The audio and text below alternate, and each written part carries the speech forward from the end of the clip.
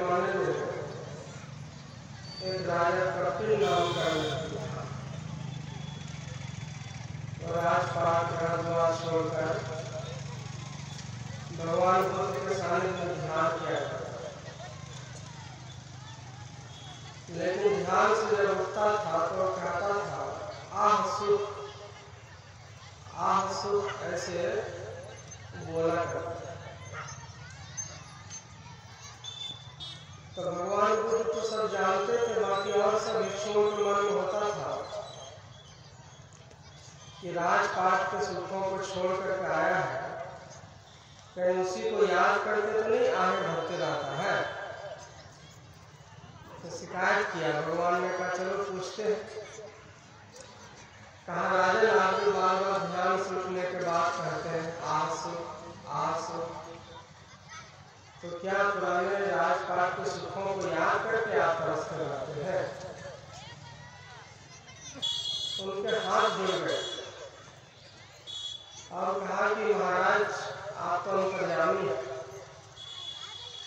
जिंदगी बीत गई वो सुख नहीं मिला जो थोड़े काल से आपके सानिध्य में रह करके ध्यान करने से हमको मिला। वही मैं अपने मन से बार बार कहते रहता हूँ कि रे मन, तू कहाँ उस पतले में पड़ा हुआ था? सुख तो भगवान के चरणों में, सुख साधना की गहराई में है और सुख ध्यान की अनुभूति में। कहने का मतलब क्या है? सबसे पहले ध्यान की महिमा को समझिए। और ध्यान कहते किसको? भगवान बुद्ध के दो महान शिष्य थे, एक का नाम था सारिपुत्र और दूसरे का नाम था महामौर गालय।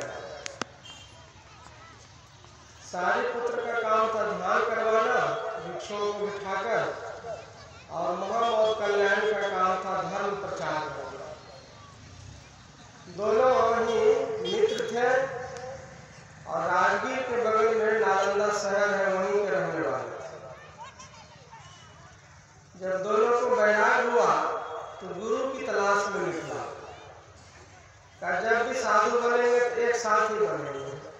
कई बार ऐसा होता है, सब कुछ लोग त्याग देता है लेकिन मित्रता का मोह नहीं त्याग पाता है। चलो जो गुरु मिलेंगे उन्हीं को दोनों मिलकर धारण करेंगे और एक साथ ही बैठ करके ध्यान करेंगे। तो बहुत दिन साथ में रह के खोज किया, कहीं पता नहीं चला, तब विचार किया ऐसे तो टाइम ज़्यादा लग जाएगा और जिंदगी छोटी है, तो तुम किसी और दिशा में जाओ, हम किसी और दिशा में जाते हैं। जिनको पहले योग गुरु मिल जाए वो दूसरे को खबर कर देना कि हम दोनों जाकर उन्हीं से दीक्षा भी ले लेंगे, लेकिन करेंगे ध्यान एक साथ रह करके। तो राजगीर में ही घूम रहा था कि अश्वजीत नाम का भिक्षु भिक्षाटन करते हुए उधर रास्ते से आते हुए देखा। जो कोई राजगीर गए देखे होंगे,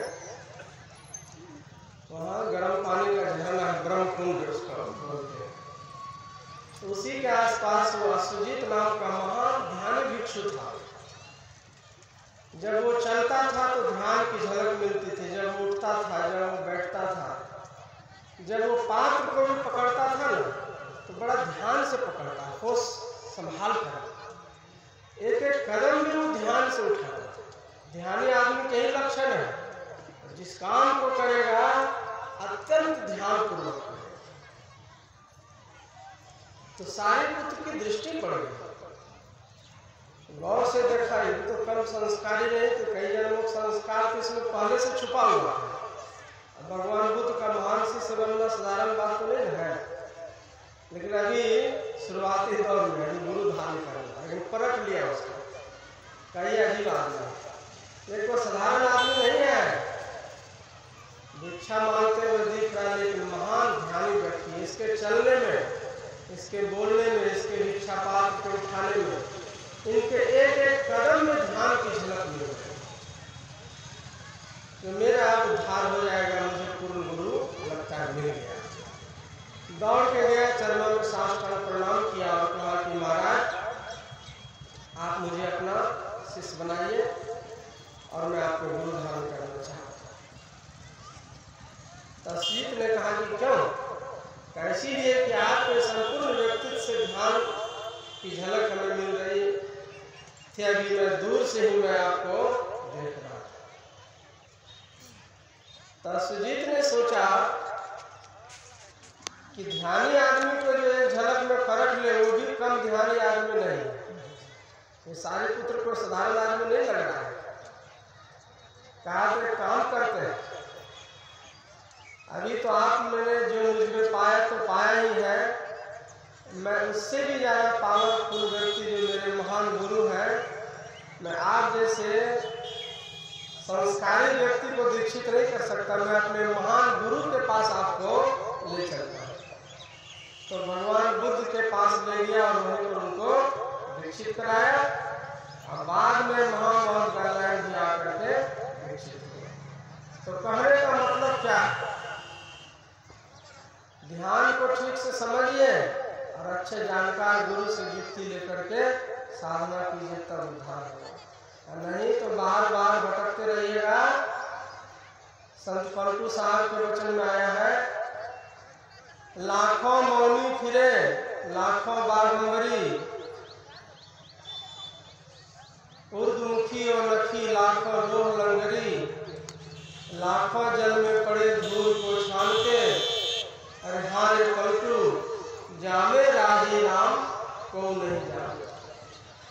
कुछ सोचता है कि मौन रह करके सिर्फ जिंदगी बिता लेंगे तो ध्यान बढ़ जाएगा, ऐसी बात नहीं है।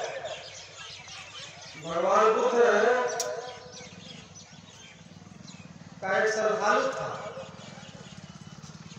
उनके पास जब भगवान बुद्ध के भिक्षुगण जाते थे भोजन करने के लिए, तो भोजन के बाद कुछ सद्विचार सुनाते थे। उसको दानानुमोदन कहा जाता है, मतलब दान जो मिला ना अन्न की सामग्री, उसके बदले में उसको 5 मिनट बैठा करके सत्संग सुनाते थे। गृहपति को ज्ञान दे दिया तो ज्ञान दे दिया तो कर्ज उतर गया, जो खाए तो कुछ उनको ज्ञान भी चाहिए, याद रहे ज्ञान का कोई कीमत है नहीं।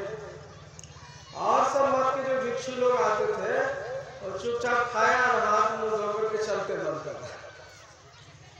तो गृहपति लोग कहते थे कि महाराज भगवान बुद्ध के शिष्य आते हैं तो हम लोगों को कुछ अच्छा विचार ज्ञान सत्संग सुना के जाते हैं, आप लोग कुछ बोलते नहीं, खाते हैं सीधे हाथ पहुँचते चलते रहते हैं। तो क्या कहते थे, हम लोग मुनि है, मौन धारण करके रहते हैं, इसीलिए कुछ नहीं सुनाते। ये बात भगवान बुद्ध से कही। भगवान बुद्ध ने कहा कि देखो 3 तरह का लोग मौनी होते हैं। एक जिसके पास कोई ज्ञान नहीं होता है तो सुनाएगा दूसरे के पास किया और डर से कहता है कि मुनि है, मौन रहते। दूसरा मौनी वो होते हैं जिनके पास में कचरा ज्ञान होता है, सोचता है कि बेसी बोलेंगे बड़ को पकड़ा देंगे तो भी फेरा है, इसलिए कहता है कि मुनि है, मौन रहते। और तीसरा वो मुनि होता है जो सोचता है, मौनी जो सोचता है कि बेसी अगर ज्ञान सिखा देंगे तो चेलवा सब बढ़ जाएगा तो हमको बाद में कुछ छोड़ के लगे अपने गुरु बन जाएगा, इसीलिए मूर्ख बना करके बेवकूफ बना करके रखता है और कहता है कि मुनि है। भगवान ने स्पष्ट किया, जो लोक और परलोक को दोनों को एक तराजू में तौल करके जीवन जीता है, वास्तव में वही मुनि है। केवल मौन रह जाने से मुनि नहीं होता है। तो लाखों मौनी फिरे लाखों बागंबरी।